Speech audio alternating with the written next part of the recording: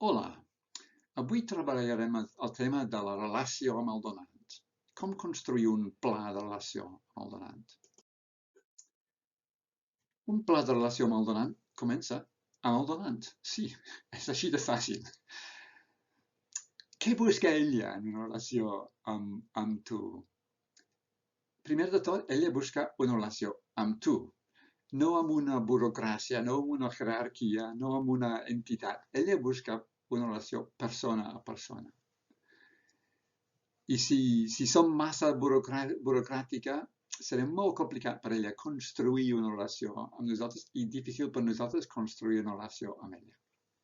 Ella busca històries reals. Ella busca sentir-se involucrada en l'entitat, formar part de l'entitat o formar part de la solució al problema que esteu treballant. També busca eficiència.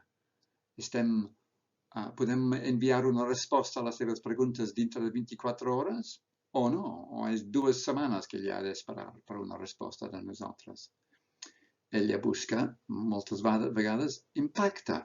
Què és el canvi que resulta de la meva donació a la teva entitat? Què és l'impacte de la meva donació? Busca transparència.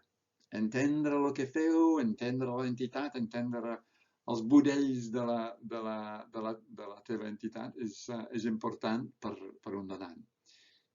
I honestitat, és a dir, si les coses van bé, fantàstic, i si les coses no van bé, el nostre treball és explicar a ella que les coses no han anat bé. Aquestes són les coses que ella busca en la relació amb nosaltres. La qüestió és com construir una relació que inclou aquests elements. Hi ha una eina que fem servir per pensar d'aquesta relació i es diu The Donor Journey, el camí del donant. És una mapa, és una manera d'explicar la història de la relació que una persona pot tenir amb una relació. Per exemple, ella ha vist que hi ha un problema en ecologia, per exemple. Busca entitats que treballen amb aquest problema d'ecologia. En els webs, en el Google, ha identificat 3 entitats, mira els webs dels 3 i fa alguna forma d'avaluació. Pot ser una avaluació de 2 minuts o pot ser una avaluació més profunda de cada entitat. Decideixi, ok, ajudaré aquesta entitat. Fa la donació i després ella se sent bé per haver fet una donació. Aquesta sensació de gaudir de la meva donació. I si les coses van bé i ella veu que és una entitat interessant, etc., probablement parlarà d'aquesta entitat amb les seves amigues o els seus amics i els seus col·legues parlant de que, mira, aquí hi ha una entitat que fa una cosa molt interessant amb aquest problema. I amb sort, amb temps, ella se sent involucrada en l'entitat, formarà part, ella se sentirà part del vostre equip. Aquesta és la història, el mapa de relació que volem tenir amb un donant. Doncs la primera qüestió és com és ser donant a la teva entitat? Què passa? Què passa si jo m'interessa per un tema que és interessant per vosaltres, un tema que vosaltres treballeu? És fàcil d'identificar les vostres activitats? És fàcil de fer l'avaluació del que feu. Hi ha informació que m'ajuda a entendre l'impacte del teu treball. És fàcil fer una donació? O és 2 clics, 1 clic, 2 clics? O haig d'anar per pàgines i pàgines buscant el lloc i després llegir 1000 paraules sobre el tema? Jo vull una cosa molt fàcil i senzilla de fer. Després de fer una donació, la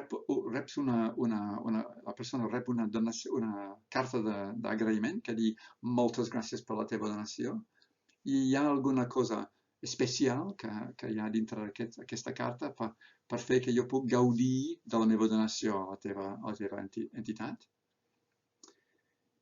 hi ha més informació, informació que jo puc servir per parlar de la teva entitat al meu amic. No sé, hi ha un petit vídeo, hi ha un petit document que jo puc compartir amb un amic per explicar lo bo que és la teva entitat.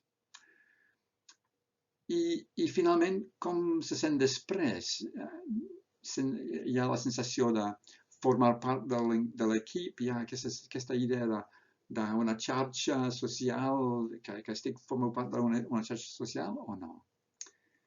És tan senzill com fer una donació a la teva entitat i mirar les reaccions i pensar de com seria ser donant des de fora. I si vols fer donacions a altres entitats, 10 euros a 3 altres entitats, t'ajudarà a entendre el seu camí del donant, la seva forma de gestionar la relació amb el donant. Hi ha diversos problemes en tot això, diversos problemes molt típics en moltes entitats, no només la teva entitat, però molts altres també. La falta de transparència. No hi ha informació que m'ajuda a fer l'avaluació. La donació és complicat, has de passar per diferents pàgines i al final no arribo a la pàgina que busco. No hi ha matèria per ajudar-me a parlar de vosaltres amb altra gent. No hi ha aquesta sensació de que estic part de la vostra equip. I el problema més comú de tots els problemes, la falta de continuïtat. Jo no rep informació de vosaltres de forma contínua i doncs al final hi ha silenci entre donant i entitat i la relació va a l'altre barri. La solució és treballar cada pas del camí del donant pensant en fer el pas més fàcil, fer que la persona pot passar d'identificar a avaluar i a avaluar a donació de la forma més senzilla possible, més ràpida possible. Doncs, i en cada pas oferir un extra, una cosa interessant, una mica de valor afegit pel donant. Doncs, per exemple, en el que és les àrees d'avaluació del seu web, oferim informació extra, una mica d'informació d'una nova investigació sobre el problema social amb què treballem. Un vídeo de la gent amb qui treballeu, un vídeo mostrant l'impacte de la teva feina. En la pàgina web on hi ha la informació de transparència, l'informe anual o els comptes, que a vegades són molt complexes, potser posarem la foto d'una col·lega amb el seu correu, oferint explicar les coses. Si tens una pregunta, contacta amb la Maria, que explicarà tot. No? És una forma molt fàcil d'oferir valor afegit al donant. En el moment de gaudir de la relació, és a dir, després de fer la relació, a més d'una carta dient moltes gràcies per la teva donació, reps, no sé, una foto per la pantalla del teu mòbil o un petit vídeo amb els nens en l'escola que estem ajudant dient moltes gràcies per la teva donació. Coses molt senzilles que ajuden a afegir valor pel donant i ajuden a ella a passar per aquesta cadena, a arribar a formar, a sentir-se part de la teva entitat. El problema de continuïtat, com acabo de comentar, és el problema més comú en les entitats, no només en Catalunya, però també en Espanya, en Itàlia, en França, en Suïssa, en Alemanya, tot arreu, continuïtat és el gran repte. No hi ha solució màgica, però dues coses super senzilles que es pot fer per ajudar en aquesta qüestió. Primer, 6 setmanes. Pensa en 6 setmanes. Cada 6 setmanes estem en contacte amb els nostres donants.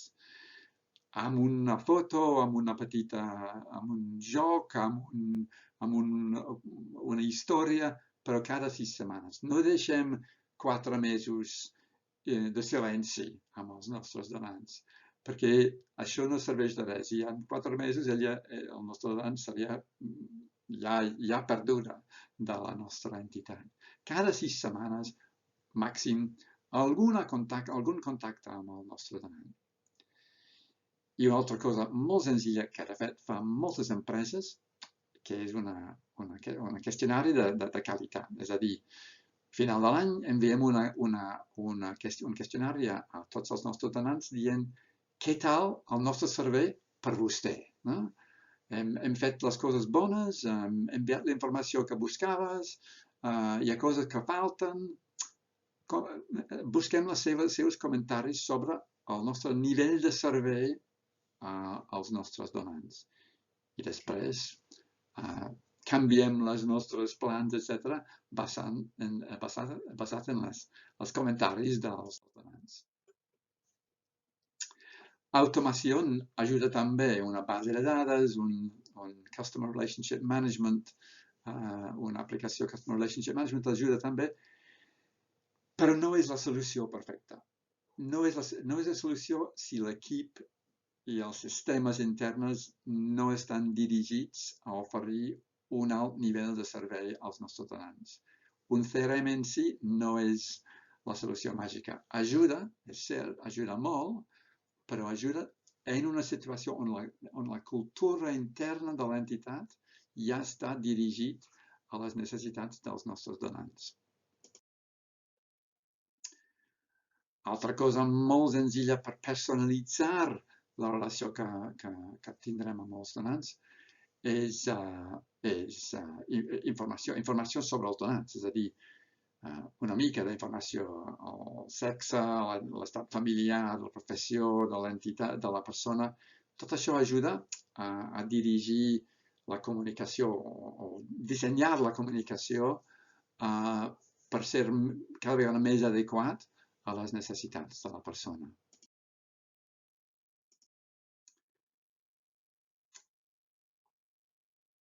Construir una bona relació amb el donant, sobretot, és pensar en ella, pensar en la seva experiència amb nosaltres, buscar d'ella les seves opinions i comentaris sobre el nostre servei a ella i crear un pla de relacions, un camí del donant basat en ella, en el que vol ella en la relació.